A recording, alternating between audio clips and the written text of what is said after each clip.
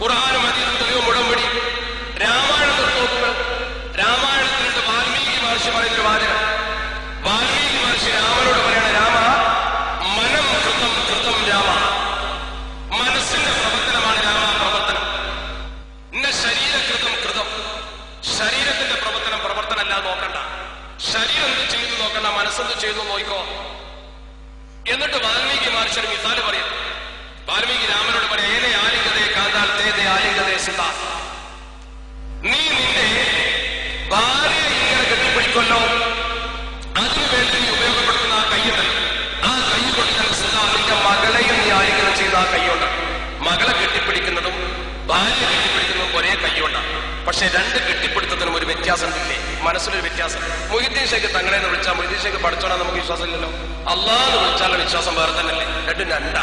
ഒന്ന് അള്ള കൊടുത്ത കഴിവോട്ട് കാക്കാനും ഒന്ന് അള്ളാന്റെ കഴിവോട്ട് കാക്കാനും രണ്ടും വ്യത്യാസം.